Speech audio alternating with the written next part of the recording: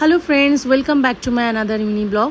আজকে মর্নিংয়ে উঠে আমি কফি আর ড্রাই ফ্রুটস খেয়ে ডাইরেক্ট লাঞ্চ করেছিলাম। লাঞ্চে আমি বানিয়েছিলাম মাল্টিগ্রেন মিক্স ধোসা, সাথে ছিল সতে ভেজিটেবল। এটা আমি র্যাপ করে নিয়েছিলাম।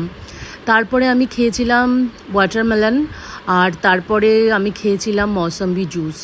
আজকে আমার বাবা নেই, তার 8 মাস হয়ে গেল, তো ওই কারণে বাবা যা যা ফ্রুটস ভালোবাসতো খেতে, তাই বাবাকে দিয়েছি। মনটা অনেকটাই খারাপ। যাই হোক, তারপরে বিকেলবেলা আমি আর অভিষেক সাউথ সিটি গেছিলাম, কিছু শপিং করার ছিল। রাস্তায় যেতে যেতে একটু ফুচকা খেয়ে নিয়েছিলাম। এই জায়গার ফুচকাটা খুব ফাটাফাটি বানায়। আমি এসছি সাউথ সিটি জারাতে।